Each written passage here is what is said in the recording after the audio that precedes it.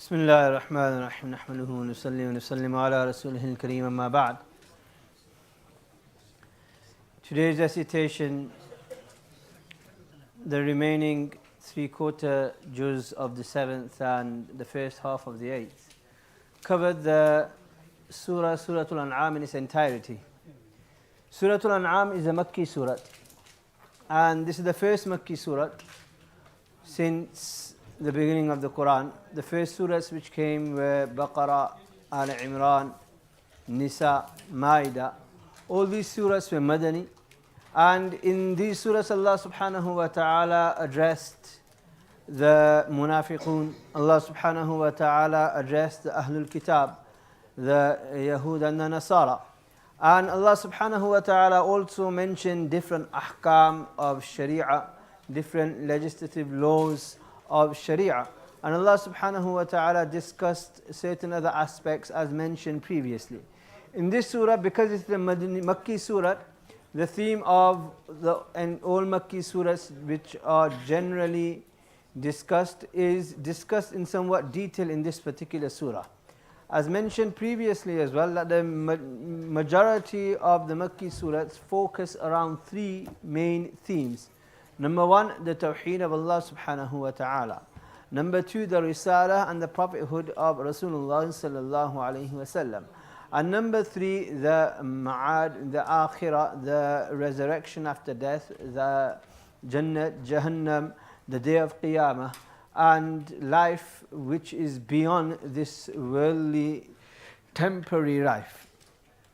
So in this surah, because it is a Makki surah, but not only that, a very lengthy Makki surah, Allah subhanahu wa ta'ala in somewhat detail tackles these particular aspects.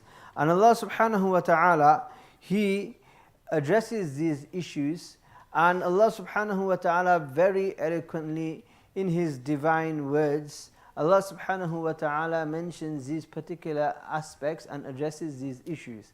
Allah subhanahu wa ta'ala, in talking about the divinity of Allah, the oneness of Allah, the Tawheed of Allah, and the fact that the existence of Allah is there and that Allah subhanahu wa ta'ala is one. Allah subhanahu wa ta'ala addresses this right from the outset. Allah subhanahu wa ta'ala mentions this. And Allah subhanahu wa ta'ala, He tackles this issue in two particular ways. One is Allah subhanahu wa ta'ala Himself mentions particularly established facts which are dalail of His qudrah and evidence of His might and power. And the second is Allah subhanahu wa ta'ala addresses the polytheists, the mushrikeen, through Rasulullah sallallahu alaihi wasallam, and instructs Rasulullah sallallahu alaihi wasallam to question them regarding their own beliefs.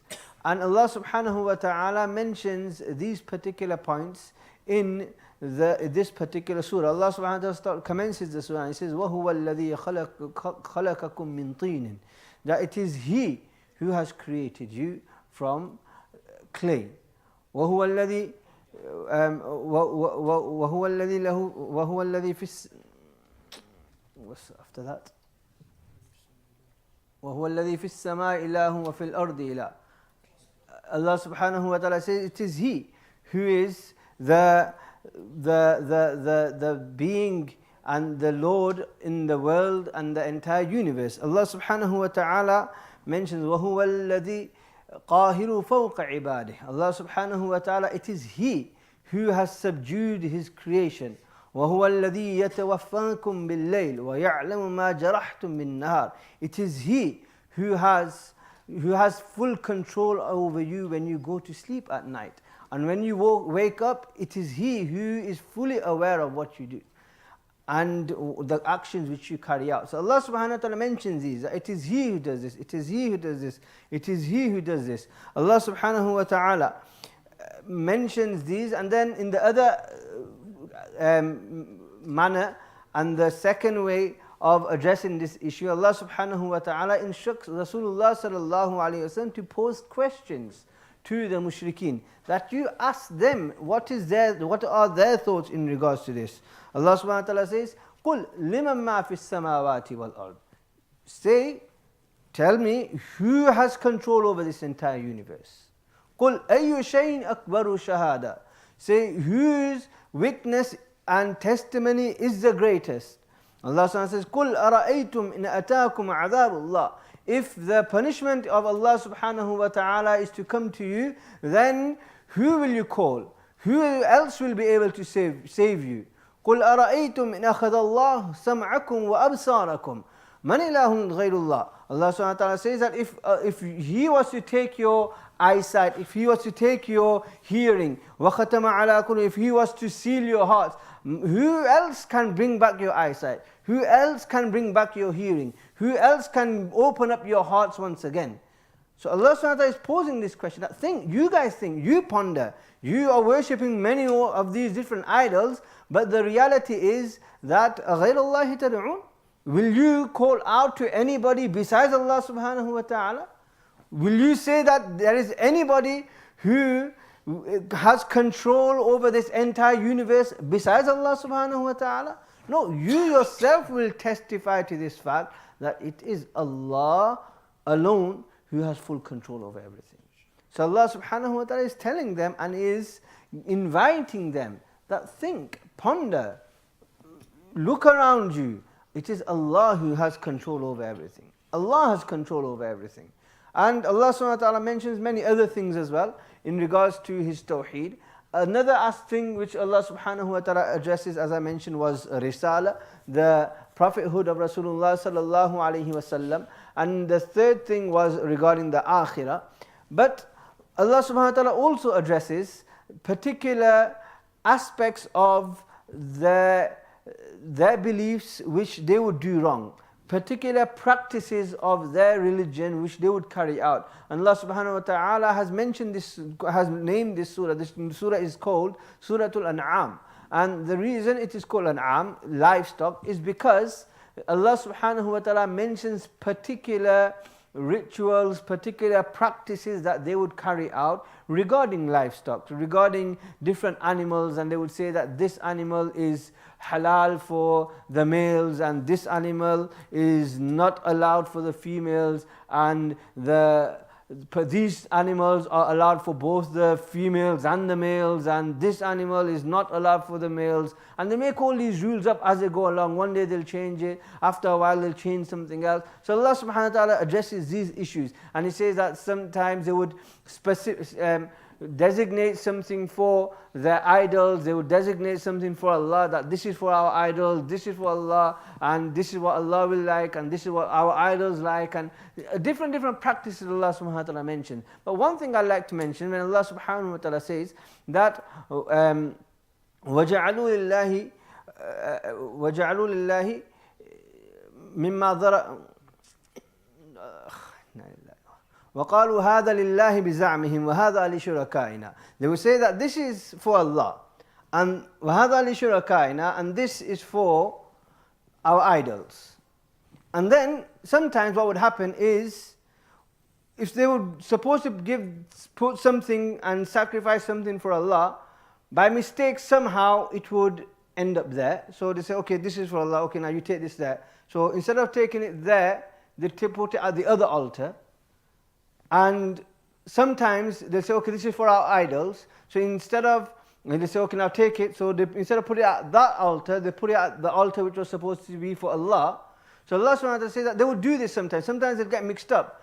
So when they would get mixed up, what they would do is they would say that Allah doesn't need anything anyway.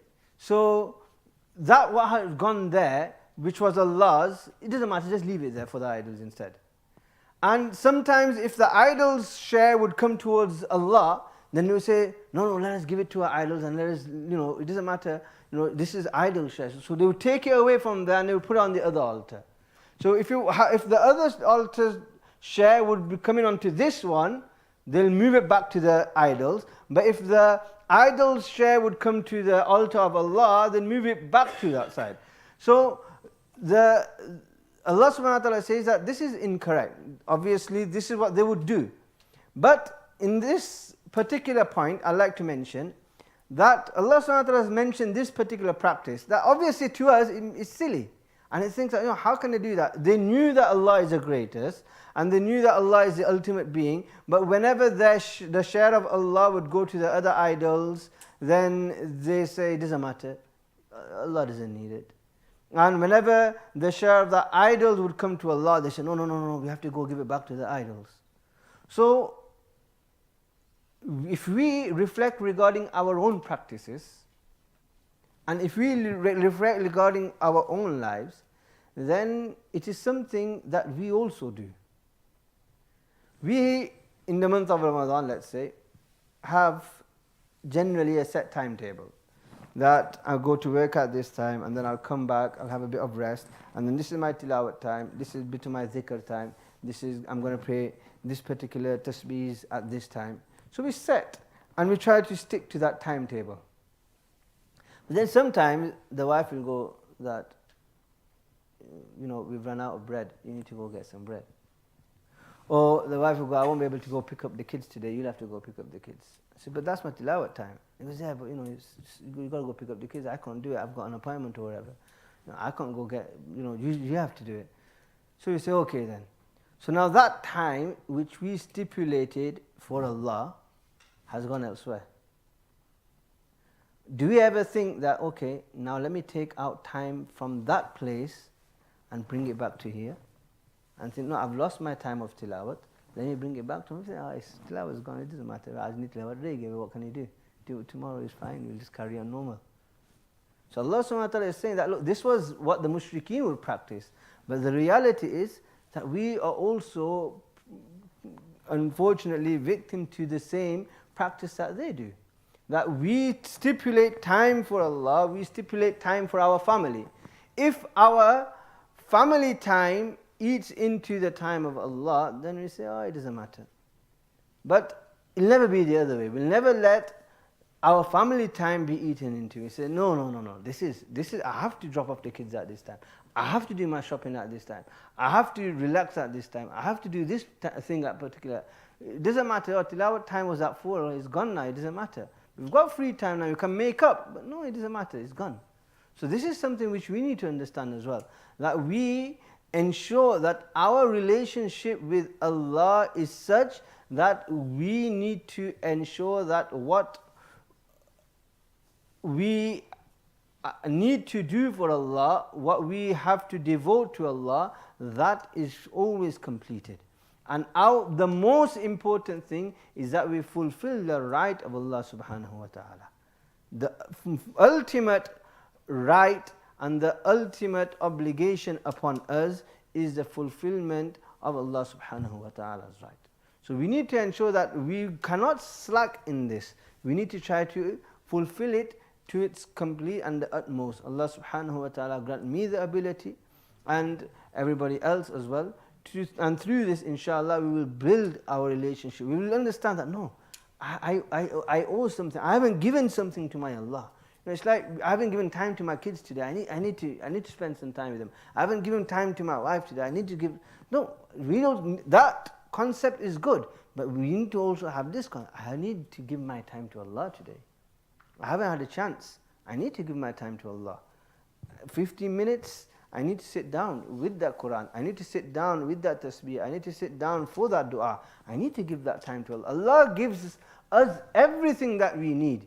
And Allah just asks for that little bit of time for us, and which we try to give, but we need to be a bit more particular and exert that little bit more effort as well. Allah subhanahu wa ta'ala give us the ability to practice. Wa akhiru da'wana alhamdulillahi rabbil alameen. Wa sallallahu ta'ala khayr khalqi Muhammadin wa ala alihi wa sahbihi ajma'in.